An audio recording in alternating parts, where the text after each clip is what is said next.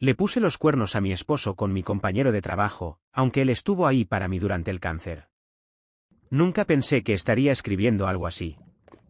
De hecho, si alguien me hubiera contado una historia como esta hace unos años, probablemente habría juzgado a la protagonista con dureza. Pero ahora estoy aquí, enfrentándome a lo que he hecho, tratando de poner en palabras cómo llegué hasta este punto. Quiero ser honesta, no solo con ustedes, sino también conmigo misma. Quizá contar mi historia me ayude a entenderla. Mi esposo, Marcos, y yo llevamos casados 8 años. Durante ese tiempo, él ha sido mi roca. En los peores momentos de mi vida, cuando fui diagnosticada con cáncer de mama hace 3 años, Marcos estuvo ahí, sin dudarlo, sin vacilar, enfrentándose al miedo conmigo. Renunció a horas extras en su trabajo para llevarme a cada sesión de quimioterapia. Me sujetó el cabello cuando lo poco que quedaba comenzó a caer, y me recordó que seguía siendo hermosa incluso cuando no podía mirarme al espejo. Se aseguró de que nuestra casa siguiera funcionando cuando yo no tenía fuerzas para levantarme de la cama. Marcos no solo fue mi esposo, fue mi salvador. Cuando superé la enfermedad, todos pensaron que nuestra relación se había fortalecido. Y por un tiempo lo hizo. Pero algo cambió en mí. Es difícil explicarlo. Después de luchar tanto por mi vida, sentía que había perdido una parte de mí misma. La gratitud que sentía hacia Marcos se mezcló con una sensación de deuda emocional que no sabía cómo manejar. Comencé a sentir que ya no éramos iguales, como si yo fuera un peso que él cargaba por obligación. Y eso empezó a alejarnos. En medio de esta tensión silenciosa en mi matrimonio, conocí a Miguel. Trabajábamos juntos desde hacía un par de años, pero apenas habíamos intercambiado palabras hasta que nos asignaron al mismo proyecto. Miguel era diferente a Marcos en casi todos los sentidos, más extrovertido, más relajado, con un sentido del humor que me hacía reír incluso en los días más complicados. No voy a mentir, al principio, no lo vi como algo más que un colega simpático. Sin embargo, las largas horas trabajando juntos empezaron a crear un vínculo que no esperaba. Miguel era fácil de hablar, alguien que escuchaba sin juzgar. Me encontré contándole cosas que nunca había dicho en voz alta, incluso cosas sobre mi enfermedad y cómo me sentía después de superarla. Me sentía vista, comprendida, como si alguien finalmente entendiera el caos en mi cabeza. ¿Sabes? Eres más fuerte de lo que crees, me dijo un día, después de que compartiera cómo había sido perder mi cabello durante la quimioterapia. Su tono no era condescendiente ni paternalista, era sincero. Y esas palabras, por algún motivo, se quedaron conmigo. Empezamos a hablar más allá del trabajo, mensajes que iban más allá de lo profesional. Al principio fueron inocentes, memes, comentarios sobre el clima, bromas internas. Pero poco a poco, las conversaciones se volvieron más personales. Miguel siempre sabía qué decir para hacerme sentir mejor. Me hacía reír, me hacía sentir interesante, viva. Y aunque en el fondo sabía que estaba cruzando límites, me decía a mí misma que no pasaba nada, que era solo una amistad. El día que todo cambió comenzó como cualquier otro. Había sido una semana particularmente estresante en el trabajo, y Miguel y yo decidimos quedarnos hasta tarde para terminar un informe. Cuando la oficina finalmente quedó vacía, pedimos algo de cenar y seguimos trabajando. La conversación fluyó como siempre, pero esta vez había algo diferente en el aire, algo que ambos podíamos sentir pero ninguno quería reconocer. Cuando terminamos, nos quedamos hablando, riéndonos de cualquier cosa. Fue Miguel quien se acercó primero. Solo fue un roce, una mano en mi brazo mientras me contaba una anécdota. Pero ese gesto tan simple encendió algo en mí que no había sentido en mucho tiempo. Antes de darme cuenta, lo estaba besando. No fue un beso apasionado al principio, sino algo lleno de dudas y nerviosismo. Pero esas dudas se disiparon rápido, y lo que siguió fue algo que desearía poder deshacer. Cuando todo terminó, me sentí vacía. La culpa me golpeó con una fuerza que me dejó sin aliento. Miguel intentó decirme que todo estaría bien, que esto no tenía que significar nada si no quería. Pero yo sabía que no era cierto. Había traicionado al hombre que estuvo conmigo cuando nadie más lo estuvo, al hombre que había sacrificado tanto por mí. Y esa realización fue más de lo que podía soportar. No pude guardar el secreto por mucho tiempo. Cada vez que miraba a Marcos, la culpa me consumía. Cada gesto de amor, cada palabra amable de su parte, se sentía como un recordatorio constante de lo que había hecho. Intenté justificarme, intenté decirme que había sido un error único, que no se repetiría, pero ninguna excusa podía callar la voz en mi cabeza que me gritaba que había arruinado todo. Una noche, mientras cenábamos, decidí que no podía seguir ocultándolo. No era justo para él, no era justo para ninguno de los dos. Marcos, tenemos que hablar, dije, sintiendo como mi voz temblaba. Él dejó el tenedor en el plato y me miró con preocupación. ¿Pasa algo? Pareces nerviosa. Las palabras salieron de mí como un torrente incontrolable. Le conté todo, desde cómo me había sentido después de superar el cáncer, hasta mi creciente conexión con Miguel, finalmente, lo que había ocurrido entre nosotros. Marcos me escuchó en silencio, su rostro una mezcla de incredulidad y dolor. Cuando terminé, el silencio que siguió fue casi insoportable. No puedo creerlo, dijo finalmente, su voz apenas un susurro. Se levantó de la mesa y salió de la habitación sin mirarme. Esa noche no durmió en nuestra cama.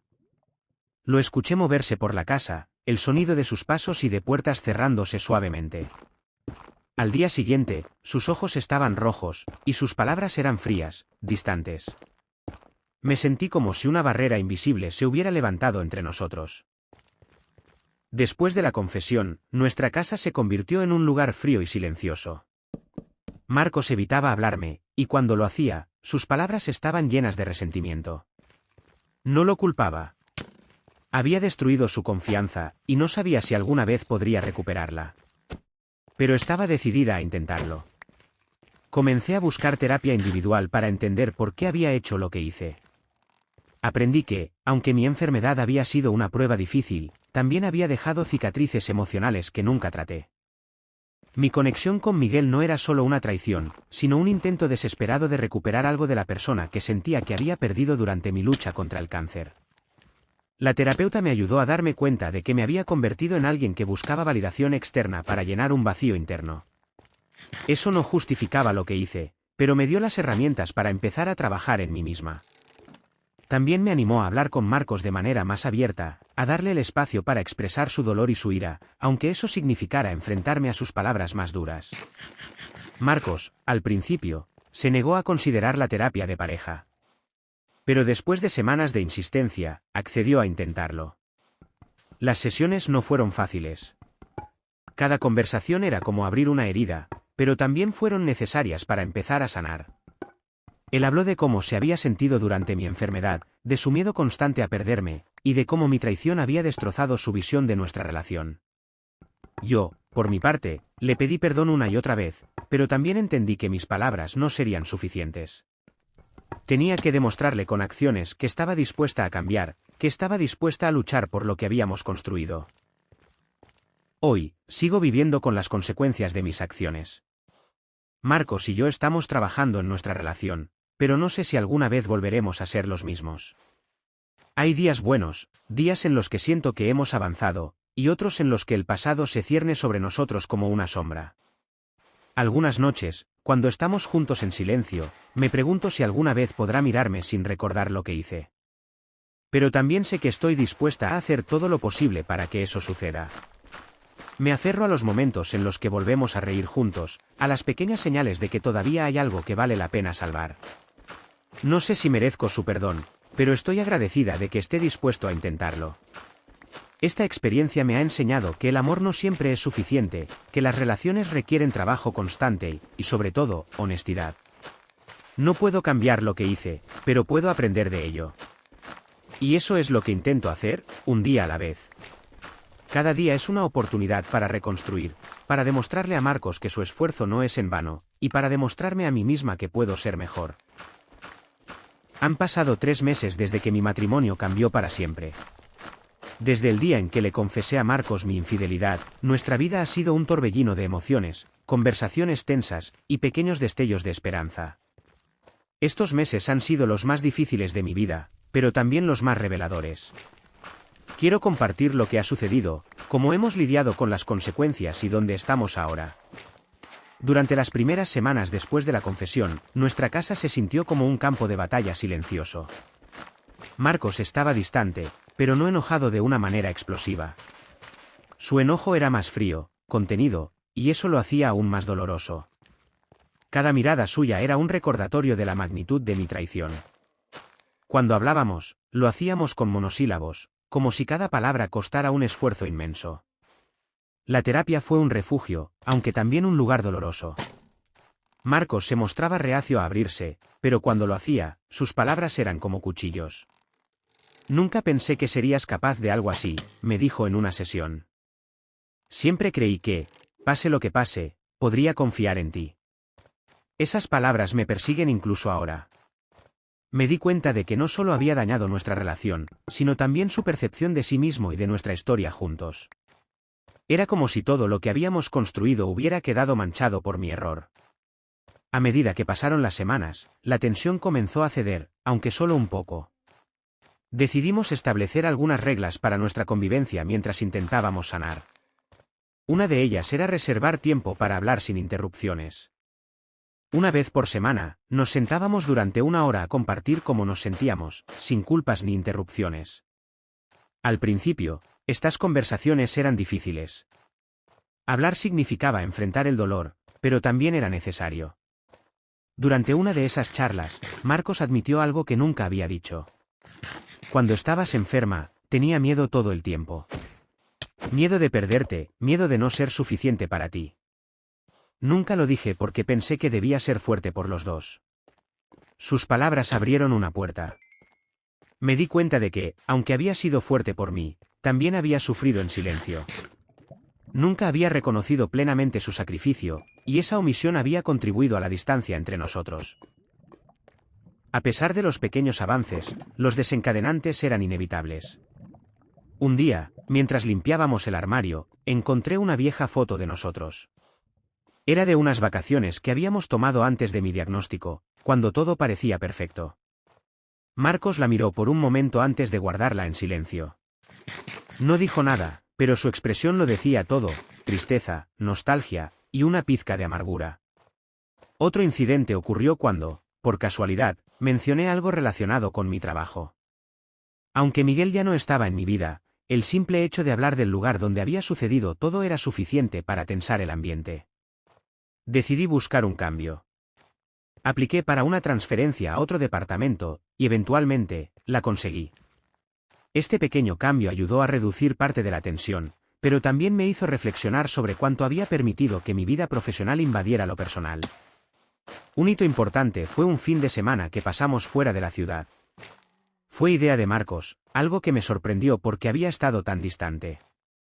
Elegimos un lugar tranquilo en las montañas, lejos de todo. Durante esos 2 días, tuvimos conversaciones profundas. Por primera vez, sentí que podíamos hablar sin el peso inmediato de la culpa y el dolor. Una noche, mientras caminábamos bajo las estrellas, Marcos dijo algo que nunca olvidaré. No sé si puedo perdonarte del todo, pero sí que no quiero rendirme todavía. Quiero ver si podemos encontrar algo nuevo entre nosotros. Sus palabras me dieron una esperanza que no había sentido en meses. Fue un recordatorio de que, aunque el camino era difícil, todavía había algo por lo que luchar. En la terapia, empezamos a trabajar en reconstruir la confianza. La terapeuta sugirió ejercicios de comunicación y actividades conjuntas para reforzar nuestra conexión. Uno de esos ejercicios fue escribirnos cartas. En mi carta, le hablé de mi arrepentimiento, pero también de mi gratitud por su paciencia y su amor. Marcos, en su carta, compartió sus dudas y temores, pero también su deseo de encontrar una manera de seguir adelante. Fue un momento catártico para ambos, un paso hacia la comprensión mutua. A pesar de todo, hubo momentos de luz. Un día, mientras cocinábamos juntos, algo que solíamos hacer antes de toda esta situación, Marcos hizo una broma inesperada. Fue una tontería, pero me hizo reír de una manera que no había sentido en mucho tiempo. Por un momento, todo pareció normal, como si estuviéramos retrocediendo a tiempos más simples. Esos momentos, aunque breves, fueron recordatorios de lo que habíamos compartido y de lo que podríamos volver a construir si seguíamos trabajando juntos. 3 meses después, seguimos avanzando, aunque el camino está lejos de ser claro. Aún hay días malos, días en los que el dolor y la desconfianza parecen insuperables. Pero también hay días buenos, días en los que la esperanza y el amor brillan a través de las grietas. No sé cuánto tiempo nos tomará sanar, ni siquiera si lo lograremos por completo. Pero estoy comprometida a seguir intentándolo. Estos 3 meses me han enseñado mucho sobre mí misma, sobre el amor, y sobre el trabajo constante que requiere mantener una relación. Marcos y yo estamos aquí, juntos, y eso, por ahora, es suficiente.